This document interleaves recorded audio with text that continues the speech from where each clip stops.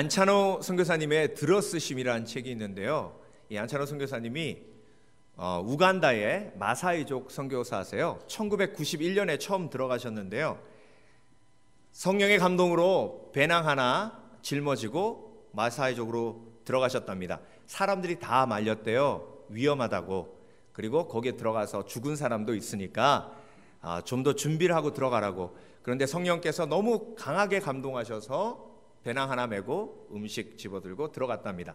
입구를 딱 들어서자마자 사자 가죽을 쓴 용사들이 나와서 자기를 묶어가지고 나무에 매달았답니다.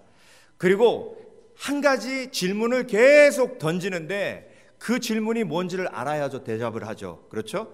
예. 그래서 기도했답니다. 하나님, 뭐라고 대답해야 할까요? 그랬더니 하나님이 예스하라고 하셔서 예스 했답니다. 그랬더니 서로 쳐다보면서 끄떡끄떡 하더니 두 번째 질문을 또 연거푸 던지는데 이번에도 뭐라고 대답해야 될지 몰라서 또 여쭤봤대요. 그랬더니 하나님이 이번엔 노하라고 하시더랍니다. 그래서 노 그랬대요. 예. 그랬더니 마지막으로 다시 한번 세 번째 질문을 던지는데 또 기도한 거죠. 그랬더니 또 이번엔 예스가 와서 이건 죽느냐 사느냐예요. 목숨 걸고 성령께 여쭤본 겁니다. 예스하라고 하셔서 끄떡끄떡 하면서 예스했답니다. 그랬더니 다들 환하게 웃더니 자기를 나무 위에 있던 자기를 내려놓더래요. 그리고 추장에게로 데려가더랍니다. 추장이 자기를 딱 보고 가까이 오더니 크 하면서 갑자기 자기 입에다가 자기 얼굴에다가 침을 탁 받더래요. 근데 안찬호 선교사님이 굉장히 다혈질이랍니다. 그래서 막 화가 나더래요. 나는 복음 전하러 왔는데 얼굴에 침을 받으니까 자기도 무의식적으로 확 해가지고 같이 침을 뱉었답니다. 그러고 나서 이제 두려운 거죠. 난 죽었다 이제. 추장의 얼굴에 침을 뱉었으니 나는 죽었다. 그런데 갑자기 분위기가 싹 바뀌면서 다들 축제 분위기로 바뀌더랍니다. 그리고 자기 손을 잡고 막 춤을 추더래요. 그리고 추장의 집으로 데리고 가더니 추장 옷을 입히더랍니다. 그날부로 안찬호 선교사님이 1991년에 그 마사이족의 추장이 됐어요. 나중에 알고 봤더니 그 질문이 무엇이었나? 첫 번째, 네가 여기 들어오면 죽을 수도 있는데 들어올 것인가? 예스. 목숨 걸고 들어온다는 얘기죠. 그러면 네가 여기서 살다가 우리하고 계속 있다가 도망갈지도 모르는데 도망갈 건가? 그랬더니 노 그런 거죠.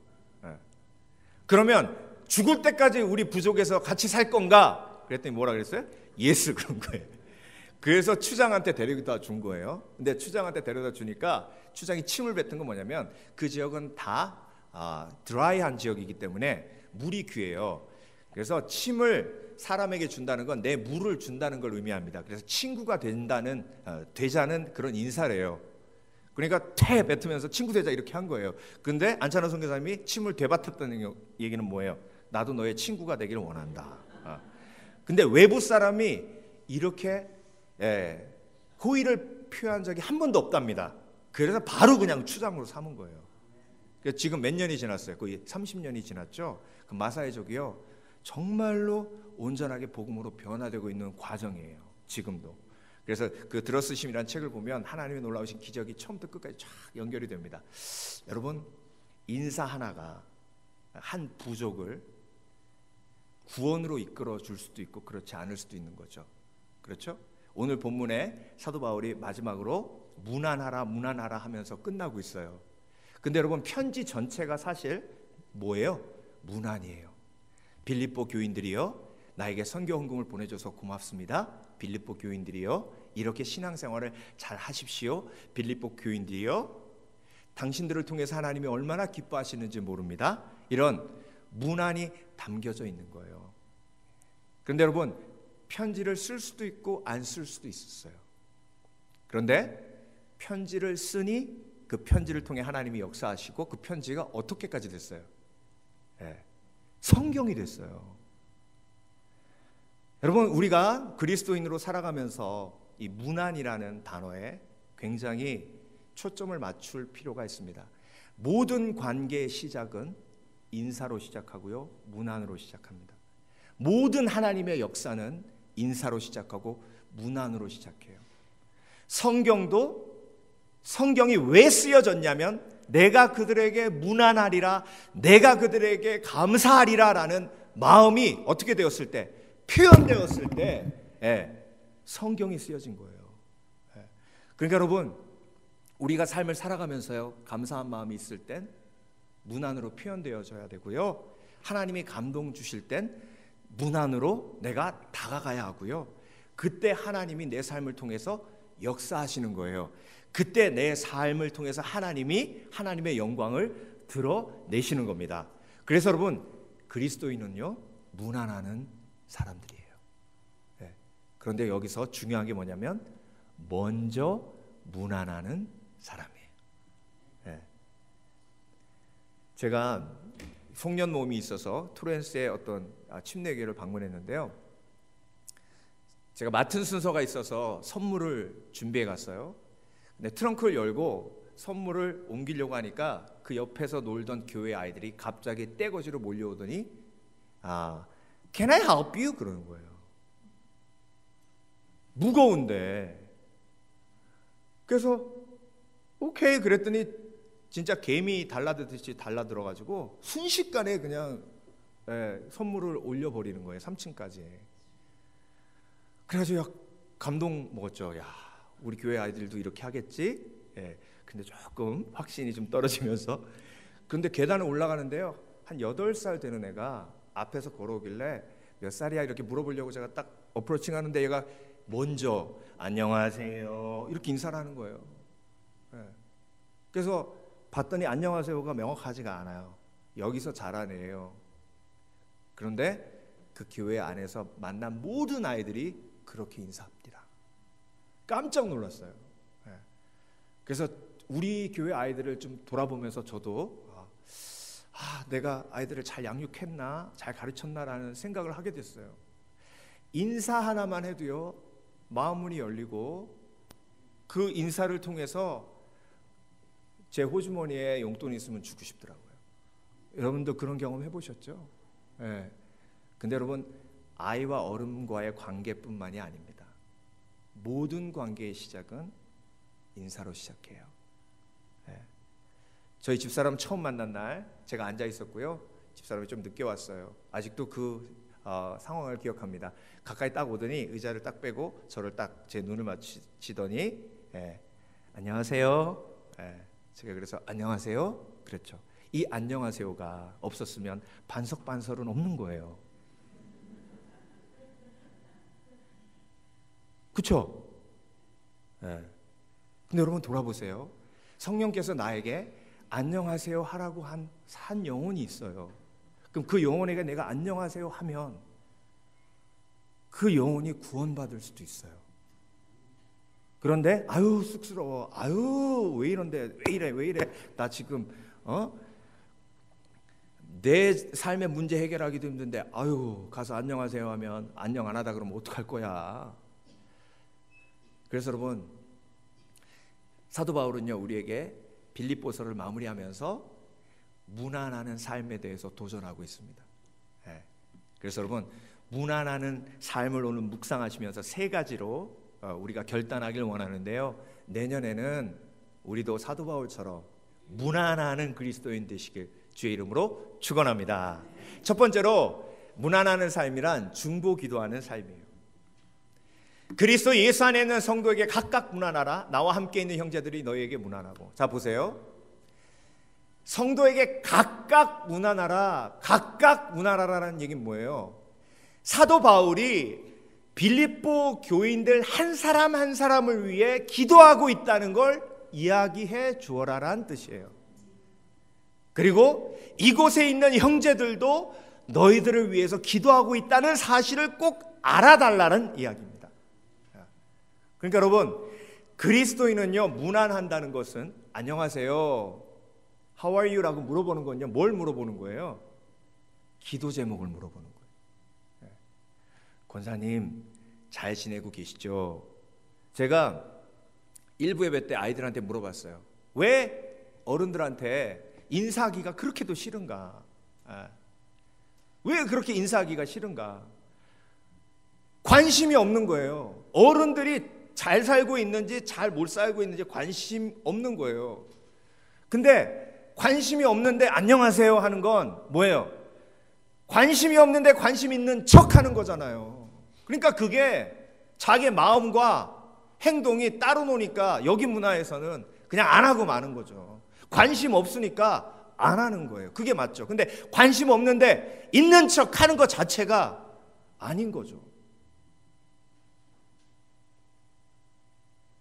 여러분, 우리가 우리의 삶을 돌아볼 필요가 있습니다.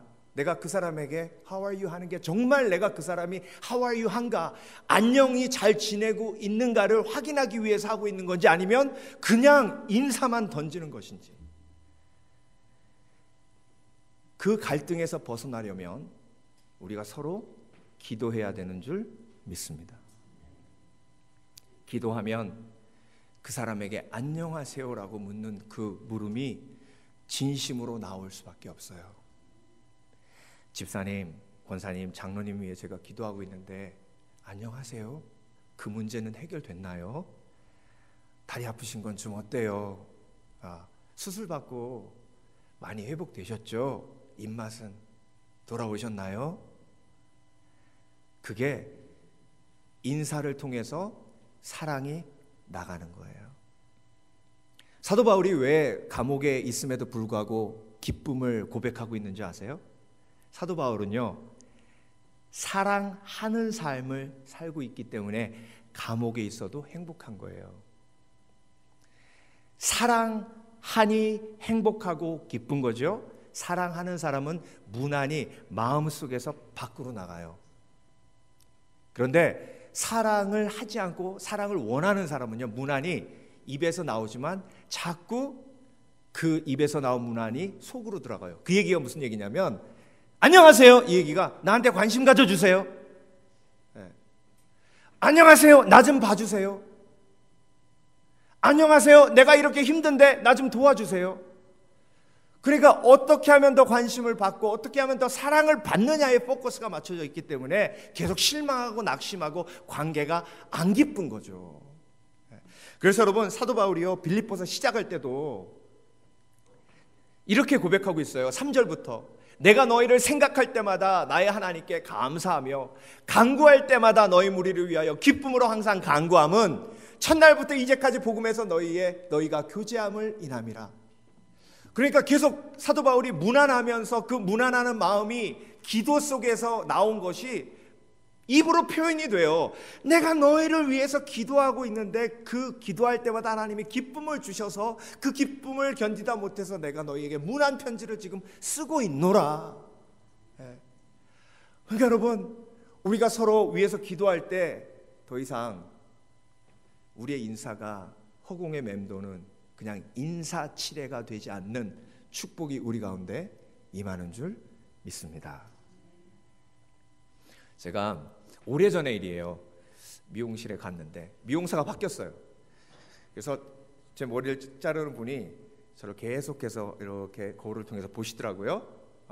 그러면서 어떤 느낌이었냐면 이 사람이 뭐 하는 사람인가 궁금해하는 것 같았어요. 그러면서 이제 참다 질문을 던지는데 저한테 뭐라 그러냐면 골프 치세요? 그러더라고.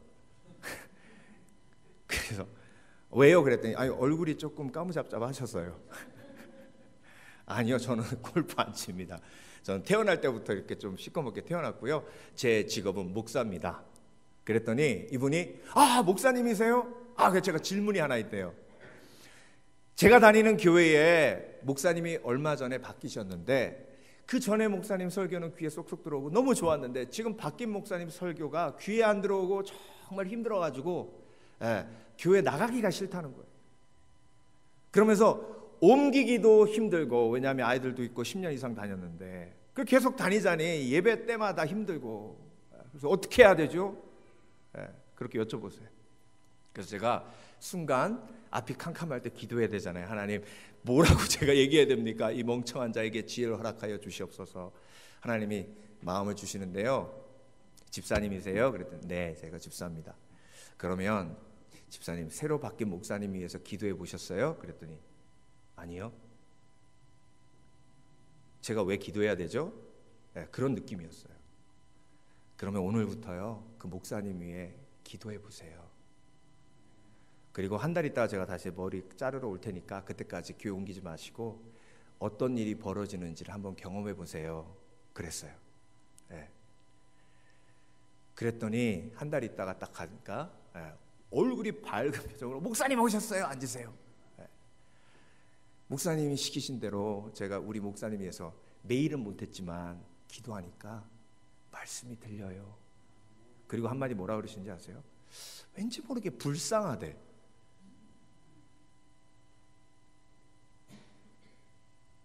그거예요. 네, 그거예요.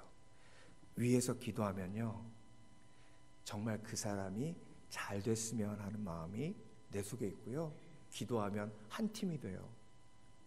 목사님이 강단에서 힘들어하면 힘들어하는 게 내가 힘든 거랑 같아져요. 그래서 여러분, 기도는요, 사랑으로 묶는 끈이에요. 그래서 사랑으로 묶여있기 때문에 묶여있는 사람이 인사할 때 같은 편이라는 느낌이 들고 반가웠고 그 사람의 안녕하세요라는 말이 진심으로 들리는 거죠. 그래서 여러분, 세일즈맨은요, 자동차 세일즈맨은 안녕하세요의 목적이 뭐예요? 자동차 세일즈맨의 안녕하세요의 목적이 뭐예요? 제가 한국에 있을 때 그 시내에서 고등학교 동창 한 명을 만났는데 얼마나 반가워하는지, 이야 막 그러면서 막 제 여기를 막 흔들면서 네가 얼마나 보고 싶었는데 막 그러는 거예요. 내가 차 한 잔 사줄게 그러는 거예요. 내가 얘랑 이렇게 친했었나? 들어가서 차 마시는데요, 내가 너를 얼마나 좋아했는지 막 그러는 거예요. 그러면서 맨 마지막에 너 혹시 차 바꿀 생각 없냐? 내가 기아 자동차에 다니는데 막 얘의 안녕하세요의 목적은 차 파는 거였어요. 네. 그렇다면 여러분, 그리스도인의 안녕하세요의 목적은 뭘까요? 그리스도인의 안녕하세요의 목적은, 저와 여러분의 안녕하세요의 목적은 뭐죠? 문안의 목적은 뭐죠? 사도 바울의 문안의 목적은 복음을 전하고, 그리고 성도를 위로하고, 성도를 축복하고 세우고, 그리고 내가 너를 위해 기도하고 있다는 것을 알려줌으로 하나님이 그 삶 속에서 역사하고 있다는 것을 표현하는 것이었어요. 네. 두 번째로, 무난한 삶이란 돌보는 삶이에요. 빌립보서 1장 10절에서 11절 보면요, 너희로 지극히 선한 것을 뭐하라? 분별하여 또 진실하여 허물 없이 그리스도의 날까지 이루고 예수 그리스도로 말미암아 의의 열매가 가득하여 하나님의 영광과 찬송이 되게 하시기를 구하노라. 그러니까 사도 바울은요, 지금 편지를 쓰면서 빌립보 교인들을 뭐 하고 있는 거예요? 케어하고 있는 거예요. 내가 여러분들이 허물 없이 그리스도의 날까지 이르기를 원합니다.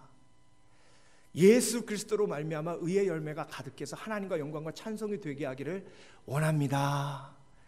그렇게 여러분들을 위해서 기도하고 있습니다. 그게 여러분의 필요입니다 라고 케어하는 거예요. 네. 여러분, 엄마는요, 아이가 울면 바로 가서 반석 안녕 그러면서 뭘 봐요?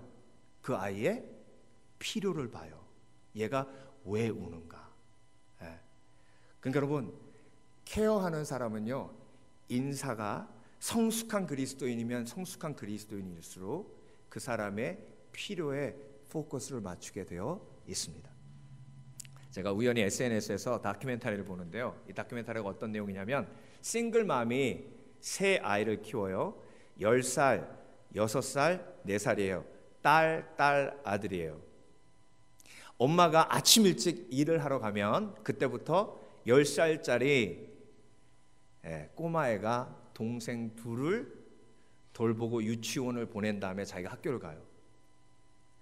그러니까 엄마가 아침 일찍 나가면 시계를 보고 있다가 시간이 되면 6살짜리 동생을 먼저 깨워요. 그리고 씻기에 들어가게 하고, 그 다음에 두 번째 동생을 깨우는데 이 4살짜리가 말을 안 들어요.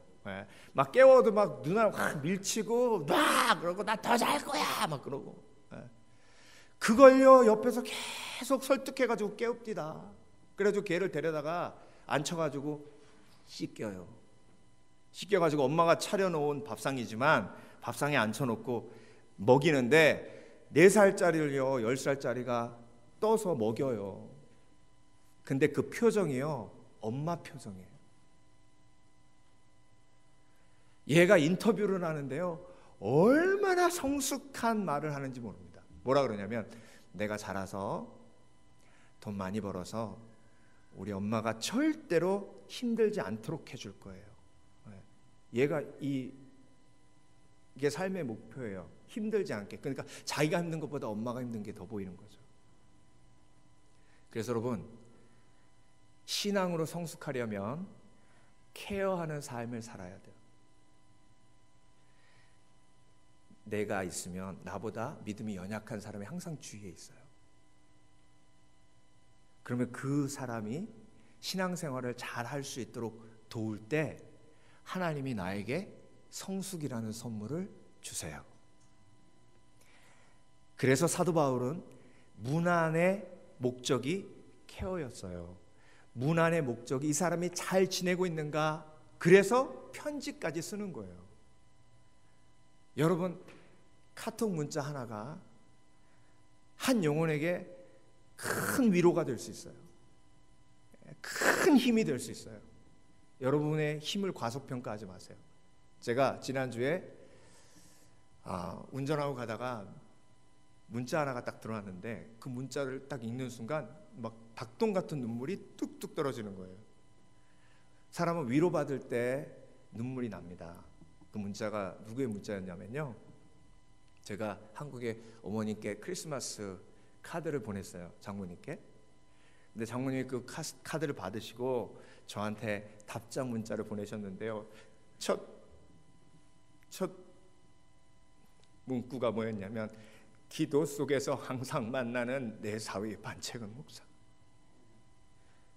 기도 속에서 매일 만나는.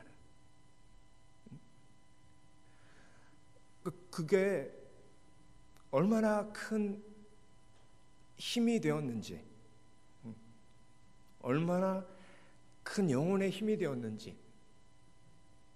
근데 어머님은 아무 생각 없이 보내셨을 수도 있어요. 그냥 마음속에 있는 걸 담아서. 이게 케어예요. 케어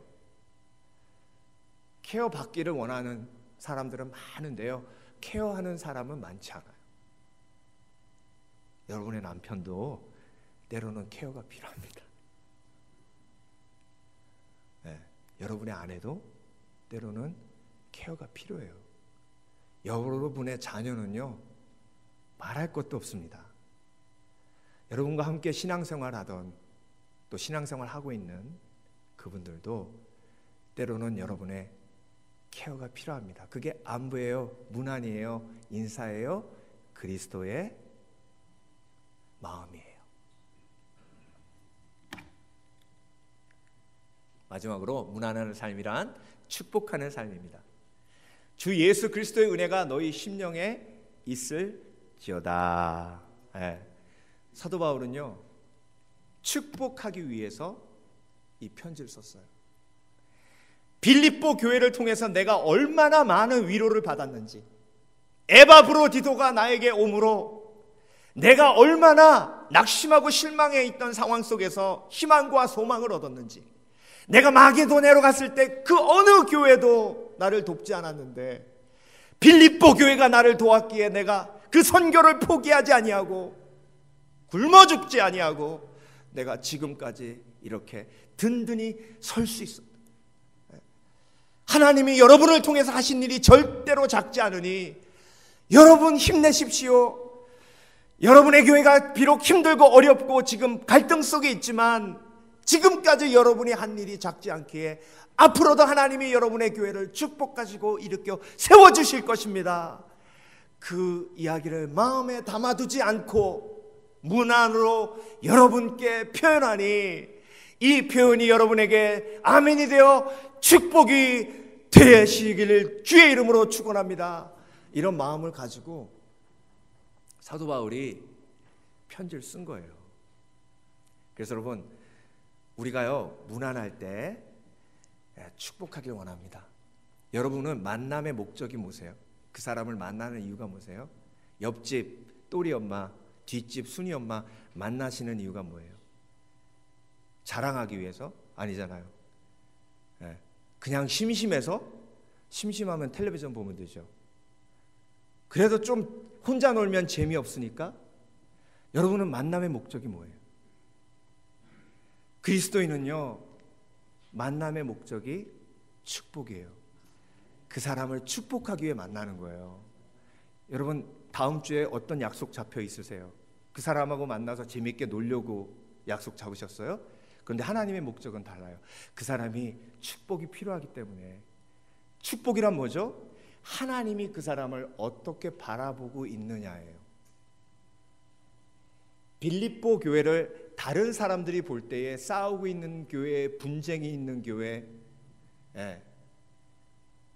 그래서 문제가 심각한 교회로 볼 수 있어요. 그렇지만 사도 바울은 지금 빌립보 교회를 어떻게 하고 있어요? 축복하고 있어요. 왜? 하나님이 빌립보 교회를 어떻게 바라보고 계시냐를 얘기하고 있는 거예요.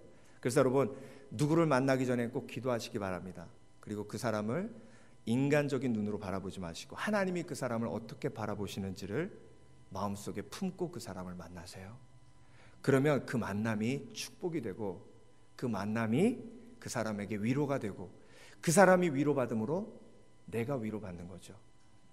특별히 명절 때 자녀들 모일 때는 꼭 부모님들이 기도하시고 내 자녀를 어떻게 축복할 것인가에 대해서 깊이 마음에 새기시고, 그리고 만나시길 주의 이름으로 축원합니다. 친척들 만날 때도 마찬가지예요. 제가 이 에세이를 보고 되게 감동받았어요. 사회 초년생인데요, 대기업에 입사를 했어요. 아주 중요한 부서에 배정을 받았는데요. 그런데 그 어머니가 크리스찬인데, 어머니가 전화만 하면요, 타지에 계시니까 뭐라고 하시냐면, 사랑하는 내 아들, 나보다 하나님이 더 많이 사랑하는 내 아들, 이 땅에 정말 존귀하게 태어난 내 아들, 하나님이 지혜를 주셔서 지혜로 충만한 내 아들, 이렇게 얘기하고 전화를 받으시면서 잘 지내? 이런데요. 좀 과한가요? 엄마 이상한 분이세요? 저는 이 엄마가 아주 정상적이신 분이라고 생각을 해요. 근데 그 에세이에 어떤 내용이 남겨져 있냐면, 자기가 처음 맡은 일이 굉장히 까다로운 일이었대요. 나중에 알고 봤더니 회사에서 신입사원들 군기 잡느라고 처음에 신입사원이 할 수 없는 일을 맡긴대요. 그러고 나서 잘못하면 욕을 퍼부어 준답니다. 그게 신입사원을 훈련시키는 방법 중에 하나래요. 자기가 실수해서 제대로 하지를 못했답니다. 아니나 다를까 팀장이 와서, 야 이 바보 멍청이야, 네가 나온 대학이 아깝다. 너 학업 성적 속인 거 아니야? 학력 위조 아니야? 이런 걸 어떻게 누가 데려왔어? 막 이러면서 막 욕을 퍼부은 거예요. 자기는 세상에서 그런 욕을 들어본 적이 없는데 너무 실망되고 낙심돼서 옥상에 올라가서 엄마한테 전화했대요. 딱 전화 받자마자, 이 세상에서 나보다 하나님이 더 사랑하는 아들, 존귀하게 태어나서 하나님께 영광 돌리는 아들, 지혜가 충만해서, 하나님이 지혜가 충만해서 항상 지혜로운 말만 하는 내 아들, 웬일이야? 엄마 됐어, 끊을게. 그 말 들으려고 전화한 거예요. 얘가 듣고 싶은 말 들었으니까 끊는 거예요. 바보 멍청이, 학력 위조한 거 아니야? 그 말이 한꺼번에 녹아드는 거죠. 엄마의 축복이.